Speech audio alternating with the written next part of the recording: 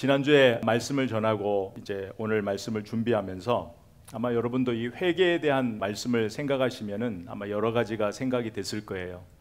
지난주 말씀을 제가 다시 한번 듣고 오늘 말씀을 보면서 저도 모르게 저에게 하나 질문이 되더라고요. 그 질문이 뭐냐면, 과연 이 회개 기도가 내 삶에 어떤 영향을 주고 있는가? 그리고 계속 반복적인 죄를 짓고 있는 것이 혹시 나에게 있는가? 그러다 이제 오늘 본문을 보면서 그 답을 좀 찾게 되었는데요. 오늘 이제 우리가 함께 그 답을 찾아가기를 바랍니다. 회개라는 것은 뭐 헬라어, 히브리어, 영어, 단어 공부가 아니에요. 회개는 하나님과 관계가 회복되는 것이다. 하나님께 돌아가는 것이다. 회개의 목적이 무엇이다? 회개는 이론이 아니라 회개는 실제적으로 내 삶의 마음의 변화인 거예요. 그냥 회개 기도한 것만으로 끝나는 것이 아니라 실제적인 내 삶의 변화입니다. 여러분, 요나가 40일이 지나면 니느웨가 무너지리라. 여러분, 이 선포가, 이 너무나 간단한 이 선포가 그렇게 잔인하고 폭력적인 니느웨가 회개를 합니다. 이건 있을 수 없는 일이잖아요. 근데 그들에게는 회개하지 않으면 죽는다, 회개하지 않으면 멸망한다, 이 회개하지 않으면 죽는다라는 이 사실이, 그 말씀이 믿음으로 받아들여지니까 가능한 일이었어요. 여러분, 이 40일에 대해서는 얼마나 많은 그 학자들의 이론이 있는가 몰라요. 어떤 학자들은 무리하게 이 40일을 연결시켜서 해석을 한 학자도 있더라고요, 보니까. 근데 분명한 것은 이 40일이라는 시간이 하나님의 시간이고 하나님이 주도권을 가지고 계신 시간이에요. 저와 여러분에게도 마찬가지예요. 저와 여러분이 살아가는 모든 시간은, 그 시간이, 우리 인생의 시간이 우리에게 있는 것이 아니라 하나님에게 있다라는 거예요. 그래서 이 40일이라는 시간은 뭐 학자들이 이야기한 여러 주장을 다 고려하고, 이 40일이라는 시간이 하나님에게는 인내, 기다림의 시간이에요. 그리고 니느웨 사람들에게는 하나님께 돌아가는 기회의 시간이에요.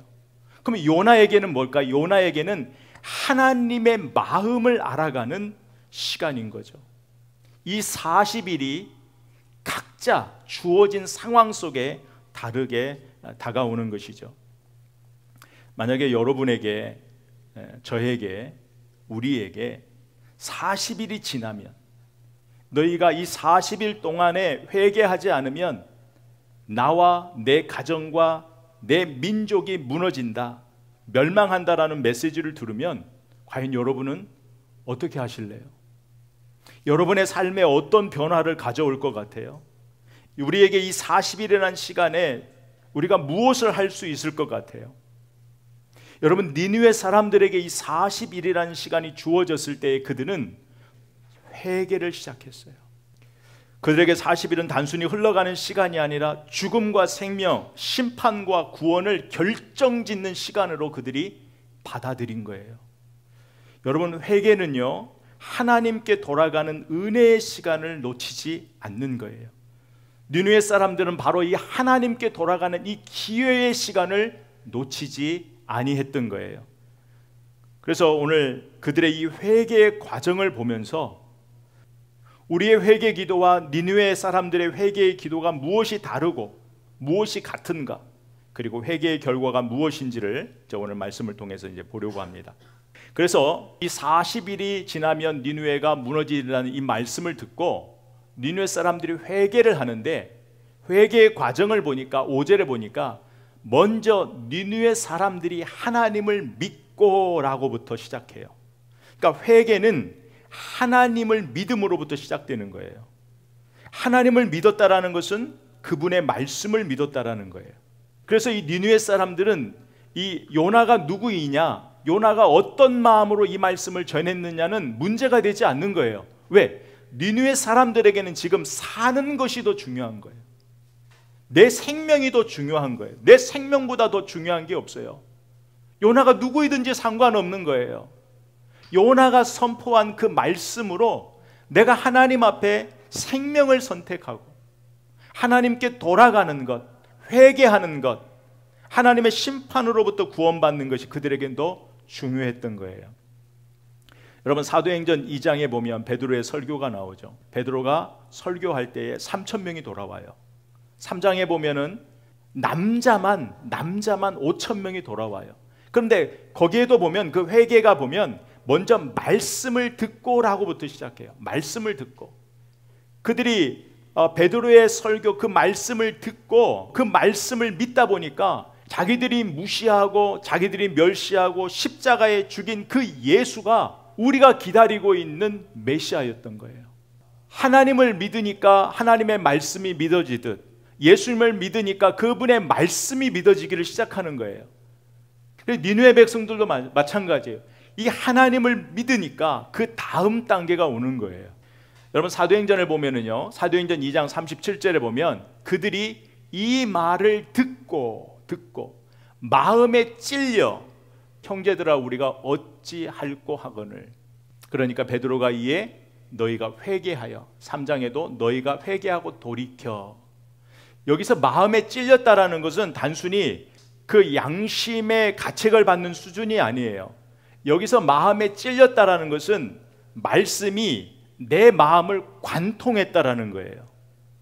하나님의 말씀을 듣고 그 말씀이 나에게 찔림이 됐다라는 것은 그 말씀이 그냥 스치고 가는 것이 아니라 내 감정만 터치하고 가는 것이 아니라 그 말씀이 내 마음을 관통했다라는 거예요. 그러니까 말씀이 내 마음을 관통할 때는 아파요. 말씀이 내 마음을 관통하면 말씀이 지나간 흔적이 내 마음에 남게 된다는 말이죠. 그래서 이 회개라는 것은 그냥 단순히 지나가는 것이 아니에요. 말씀이 내 안에 들어와서 나를 뚫고 들어와 나를 완전히 뒤집어 놓는 거예요. 그것이 사도행전 2장에 일어났던 3장에 일어났던 회개의 운동이었어요. 이런 현상이 니느웨 사람들에게 일어났다는 게 얼마나 놀라운 일이에요. 여러분, 요엘서에 보면 요엘서 2장 13절에 보면 너희는 옷을 찢지 말고 마음을 찢고 너희 하나님 여호와께로 돌아올지어다. 그는 은혜로우시며 자비로우시며 노하기를 더디하시며 인애가 크시사 뜻을 돌이켜 재앙을 내리지 아니하시나니. 아멘. 여러분, 왜 이 말씀을 하셨을까요? 너희가 옷을 찢지 말고 왜 마음을 찢으라는 말씀을 하셨을까요? 그 당시에 사람들이 하나님 앞에 돌아간다라는 그 행위가 다 옷만 찢어버린, 마음을 관통하지 않는 그런 회개였다라는 거예요. 여러분, 우리가 그런 것들을 많이 경험하잖아요. 형식적인 기도, 눈물, 후회, 자체 그런 거 말고 하나님이 말씀, 너희가 이제까지 보여준 것 말고 옷만 찢지 말고 뭔가 감동한 것 같고 은혜 받은 것 같고 그런 것 말고 내가 너희의 마음을 관찰해 보니까 그 말씀이 너희 마음을 관통하지 못했다라는 거예요. 마음을 찢지 못했다라는 거예요. 여러분, 이스라엘 백성들이 어떻게 했어요? 육체의 할례만 자랑했잖아요. 육체의 할례가 자기의 자랑거리가 되고 자기를 증명하는 게 됐잖아요. 나 이런 사람이야. 나 하나님 백성이야. 하나님이 그거 원하지 않고 뭐라고 했어요? 육체의 할례가 아니라 마음의 할례를 받아라. 이 마음의 할례가 뭐예요? 마음을 찢으라는 거예요. 말씀이 너희의 마음을 관통하도록 말씀 앞에 너희를 내어드리는 것, 그것이 회개의 시작이에요. 그냥 당장 위기만 벗어나는 그런 기도 말고 하나님께 돌아가는 진정한 회개, 마음을 찢는 마음의 변화, 이것이 회개다, 그렇게 말씀하고 계시는 거예요. 그래서 하나님의 말씀이 전제되지 않는 회개는 없어. 이유는 회개의 기준이 하나님이고 하나님의 말씀이기 때문에. 여러분, 요나가 밑도 끝도 없이 선포하잖아요. 40일이 지나면 너희가 무너지리라. 이 정말 밑도 끝도 없는 이 선포를 듣고 니느웨 사람이 회개했다라는 건요, 요나가 물고기 뱃속에 들어갔다가 산 거와 똑같은 거예요. 있을 수 없는 일이잖아요.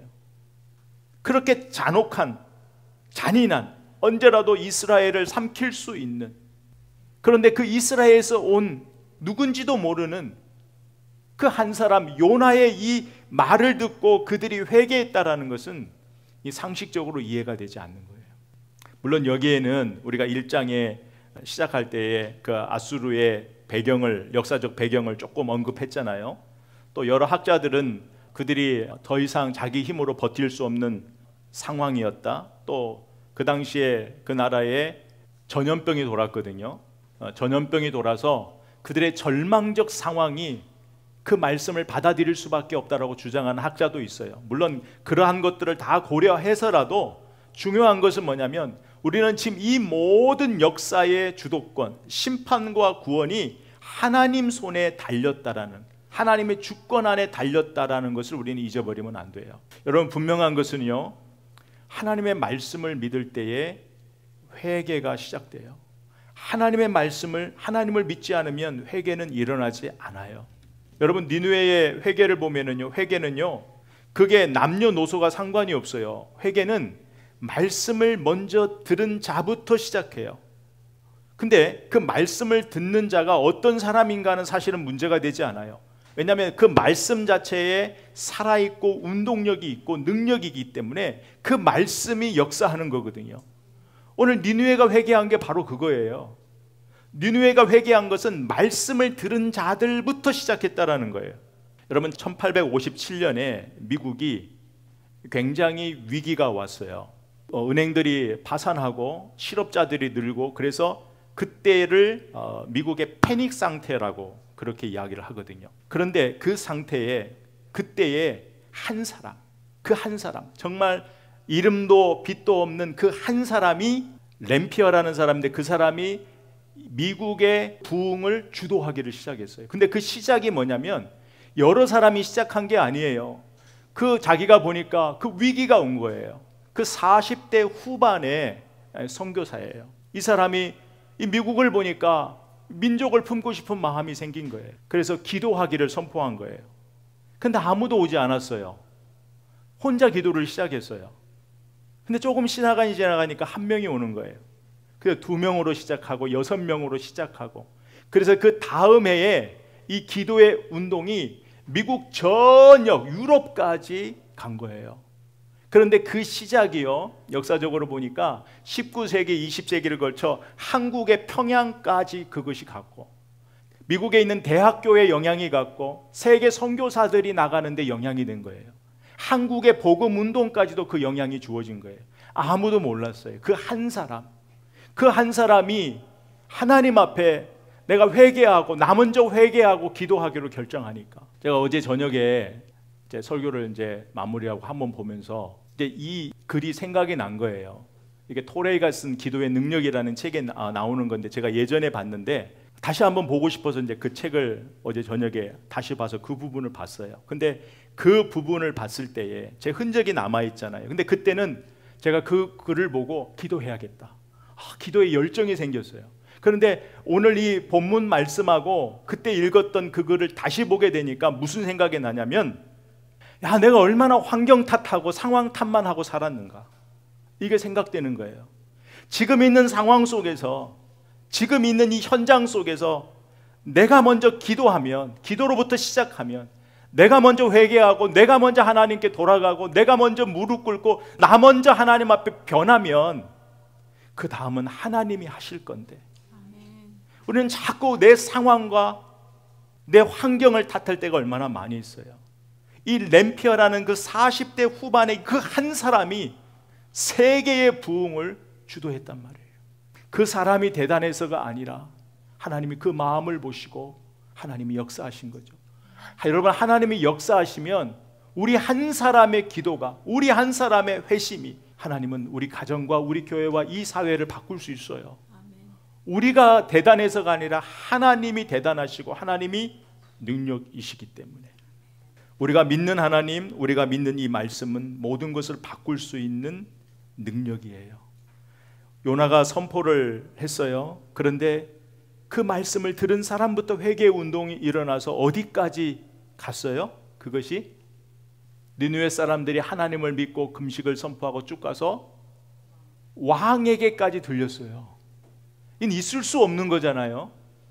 왕에게까지 들렸는데 왕이 그 누구로부터 시작된 그 회개의 영향력 때문에 왕의 자리에서 어떻게 해요? 내려와 버리는 거예요. 굵은 배 옷을 입고 회개 기도를 시작하는 거예요. 왕이요 어디까지? 짐승까지도 금식하라는 거예요. 이것은 뭐예요? 사람들이 짐승에게 음식을 주다 보면 음식에 유혹이 생기잖아요. 그러니까 이건 왕이 여기까지 조서를 내렸다라는 것은 국가적으로 선포했는데 이건 모든 유혹으로부터 지켜낸 결단이란 말이에요. 니느웨 왕은요, 니느웨의 미래는 회개에 달려있다라는 그 믿음 때문에, 그 왕의 생각 때문에 이런 일이 벌어진 거라. 그러면 이제 니느웨의 회개의 과정을 한번 보자고요. 여기 보면 회개는 하나님을 믿을 때에 시작해요. 하나님을 믿는다라는 것은 그분의 말씀을 믿는 거거든요. 그런데 니느웨 백성들의 회개를 보면 첫째 금식이 선포가 돼요. 여기서 금식이라는 것은 무슨 영성가들이 무슨 명상가들이 금욕주의나 자신의 욕망을 이겨내기 위해서 하는 행위가 아니라 금식은 생명을 이야기해요. 그래서 금식은 내가 목숨을 걸 만한 중요한 목적이 있을 때에, 내 운명이 하나님에게 달려 있다라는 것을 내가 철저하게 하나님 앞에 드릴 때에, 그럴 때에 우리가 금식하는 거예요. 음식을 안 먹으면 죽으니까 내 생명이 하나님 손에 달렸습니다, 이 마음으로 하는 것이 금식인 거죠. 그리고 그들에게 굵은 베옷 제 위에 왕이 앉았더라. 여러분, 왕이 지극히 낮은 자리로 내려오는 거예요. 그 당시에 왕은요, 왕이 자기 자리를 내려왔다라는 건요, 그 당시 그 왕이 믿고 의지하는 신을 버렸다라는 거예요. 그래서 5절에 하나님을 하나님을 믿고가 실제적으로 그의 믿음이었다라는 걸 보여주는 거죠. 여러분, 회개는요, 하나님의 자리에 어슬렁거리는 우리의 모습이 내려오는 거예요. 하나님의 자리에서 하나님 없이도 살 수 있다라는 그 생각을 버리는 거예요. 그 생각에서 내려오는 거예요. 그리고 보니까 하나님께 부르짖었어요. 회개는 여러분 누구에게 잘못한 거예요? 하나님에게 잘못한 거잖아요. 하나님께 죄를 지은 거예요. 하나님께 죄를 지었으면 누구하고 풀어야 돼요? 하나님하고 풀어야 돼요. 하나님께 잘못했으면 하나님께 용서를 구해야 되는 거예요. 여러분, 근데 그들의 이 부르짖음이 일회적 사건이 아니었어요. 그래서 이 회개할 때에 이 부르짖는다라는 것은 하나님이 마음을 돌리실 때까지 기도하는 거예요. 또 하나는 뭐냐면 내가 그 죄에서 돌아설 때까지 기도하는 거예요. 그냥 단순히 이례적으로 하나님 구해주세요, 살려주세요, 그걸로 끝나는 것이 아니라 하나님이 나에게 마음을 돌리실 때까지, 내가 그 죄에서부터 돌아설 때까지 부르짖는 거예요. 그러니까 이렇게 보면은 저도 금식도 해봤고 내 낮은 대로 내려도 와봤고, 그런데 이 세 번째가 잘 안 됐던 것 같아요. 나는 나 나름대로 기도했는데 하나님이 내 인생의 마음을 돌리실 때까지, 하나님이 이 문제의 해결을 주실 때까지, 더 나아가 내가 그 죄에서 돌아설 때까지 끊임없이 기도하는 거예요. 그래서 회개 기도는 일회적 사건이 아니라 지속적으로 그 죄에서 돌아설 때까지 기도하는 거예요. 그리고 니느웨 백성 보니까 죄로부터 돌아섰대요. 말씀해 보면 8절에 각기 악한 길과 손으로 행한 강포에서 떠날 것, 이 떠난다라는 게 회개라는 단어거든요. 똑같은 단어예요. 9절에도 하나님의 뜻을 돌이키시고 그 진노를 그치사 우리가 멸망하지 않게 하시리라. 그렇지 않을 줄을 우리가 누가 알겠느냐 한지라. 하나님이 그들이 행한 것 곧 그 악한 길에서 돌이켜, 하나님께서 그 악한 길에서 돌이킨 걸 보신 거예요. 여러분, 누가 알겠느냐? 이 니느웨 왕은 이렇게 생각한 거예요. 하나님의 긍휼과 용서가 아니면 나와 내 민족은 소망이 없다. 나와 내 민족은 하나님 손에 운명이 달려 있다. 그 하나님을 믿어버리니까 이런 회개 기도를 안 할 수가 없는 거죠. 우리가 지난 시간에 회개 기도는 기도만으로 끝나는 것이 아니라 진정한 회개는 삶 속에서 내 기도를 책임지는 데까지 가는 거라고 배웠어요. 근데 니느웨 사람들이 여러분 그동안 걸어왔던 그들의 삶의 행위를 이렇게 돌아보는 거예요. 여러분 서두에 말씀드렸지만 이 아수르는 너무 잔인한 나라거든요. 그들이 어느 정도 잔인했냐면 자기들의 그 강함을 보이기 위해서 주위 나라들에게 사람을 잡으면, 적군을 잡으면 이 껍질을 벗겨서 보여주고 걸고, 왜냐하면 그들이 강함을 그것으로밖에 증명할 수 없는 거예요. 여러분, 우리가 하나님을 모르면 선과 악의 구별이 없어요.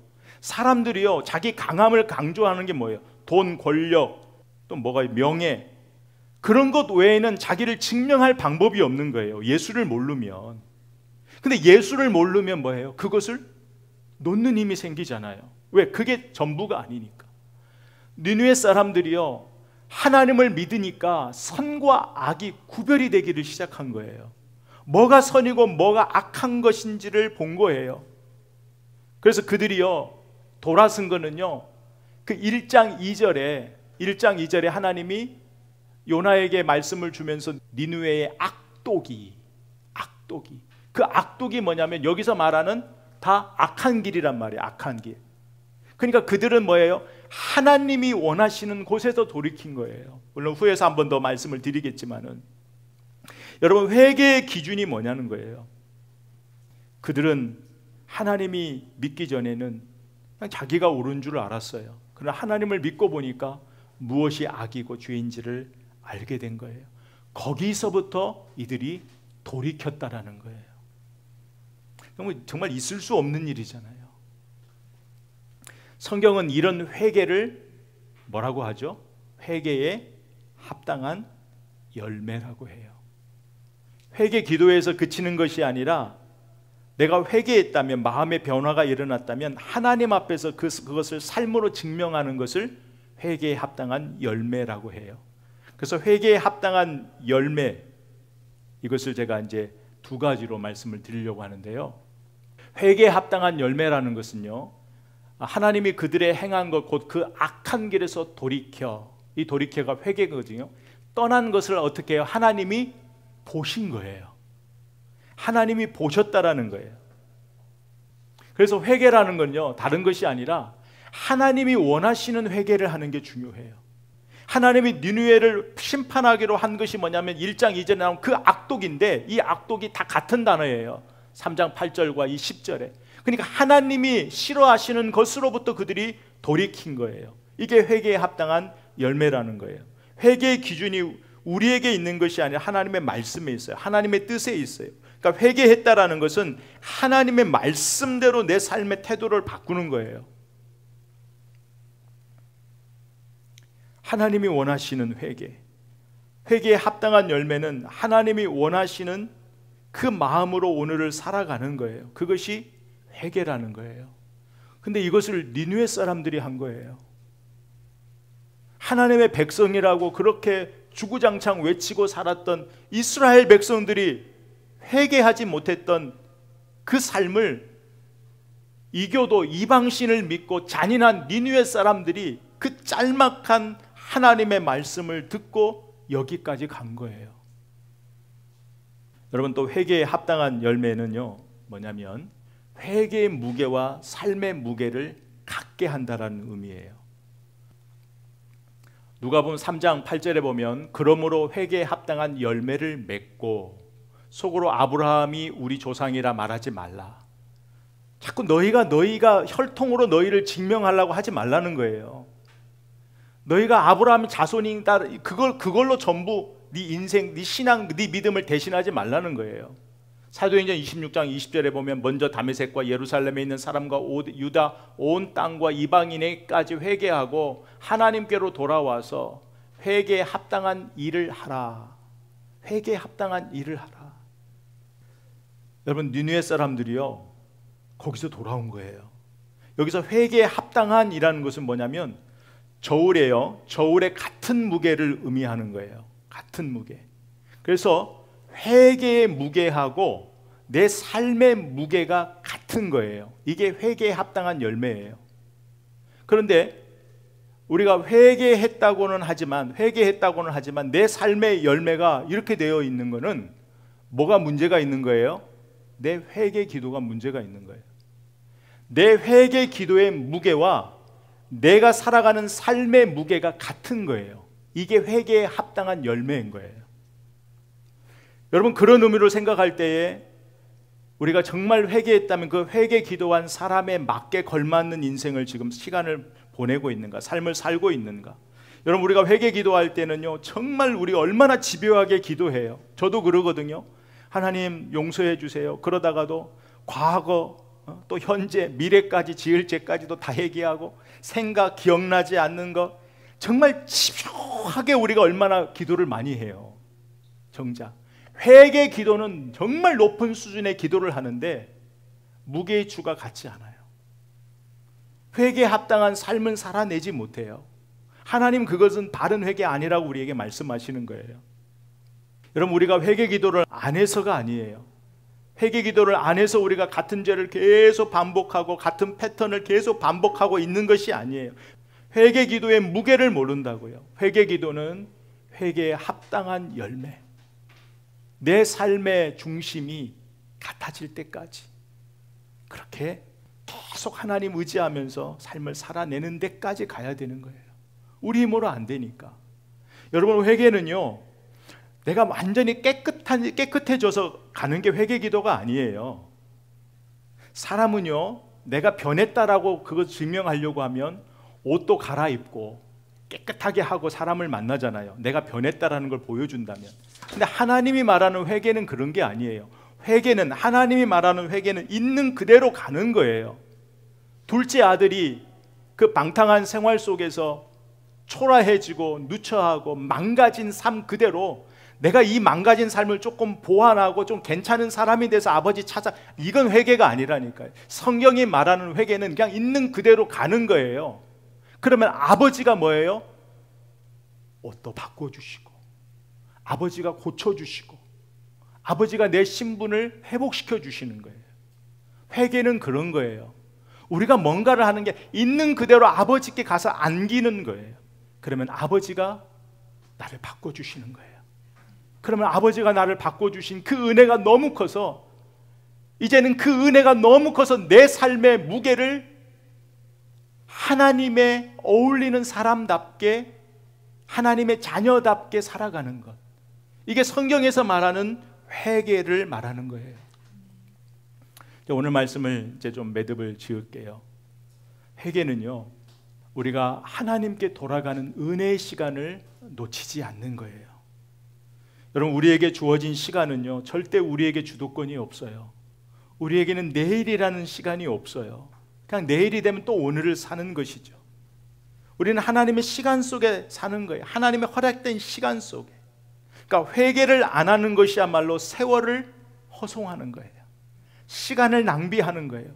하나님께 돌아갈 문제가 있는데도 불구하고 하나님께 돌아가지 않는 것은 하나님께 돌아가서 그 은혜를 누릴 시간을 내가 지금 낭비하고 있는 거예요. 하나님 품에 가면 내 모든 것이 회복되는데, 근데 그 하나님 앞에 돌아가는 거는 우리가 해야 되는 거예요.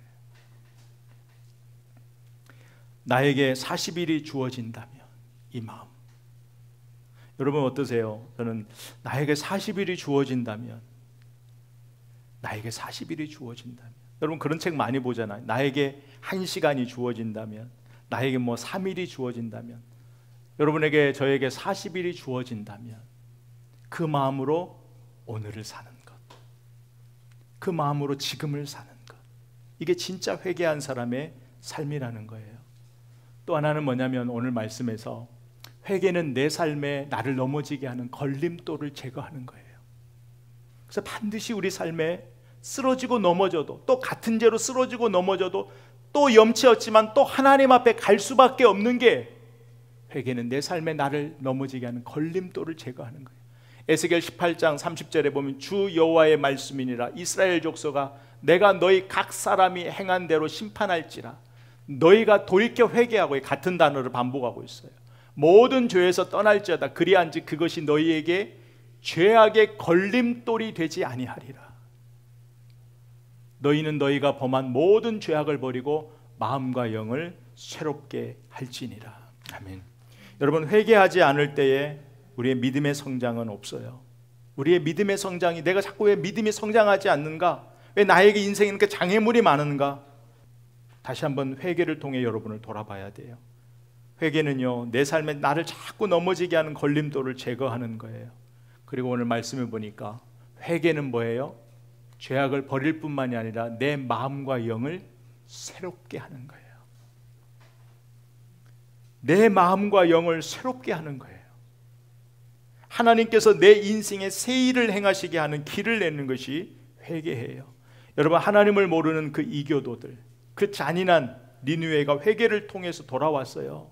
여러분, 하나님을 만나지 못하면 우리 인생이 어디서 시작하고 내 남은 인생을 어떻게 살아야 되는지가 답이 안 와요. 여러분의 인생의 남은 이 시간들을 어떻게 살아야 할지 여러분, 회개를 통해서 하나님께 돌아가면 알게 돼요. 우리 하나님의 모든 관심은 나에게 있었다라는 것을, 하나님의 모든 관심과 돌보심이 나를 향하고 있다라는 것을 알게 돼요. 니느웨가 그걸 알게 된 거예요. 근데 이스라엘 백성과 요나는 그걸 모르는 거예요. 근데 그거를 계속적으로 알게 설득하는 게 요나의 말씀이거든요. 4장까지의 말씀이거든요.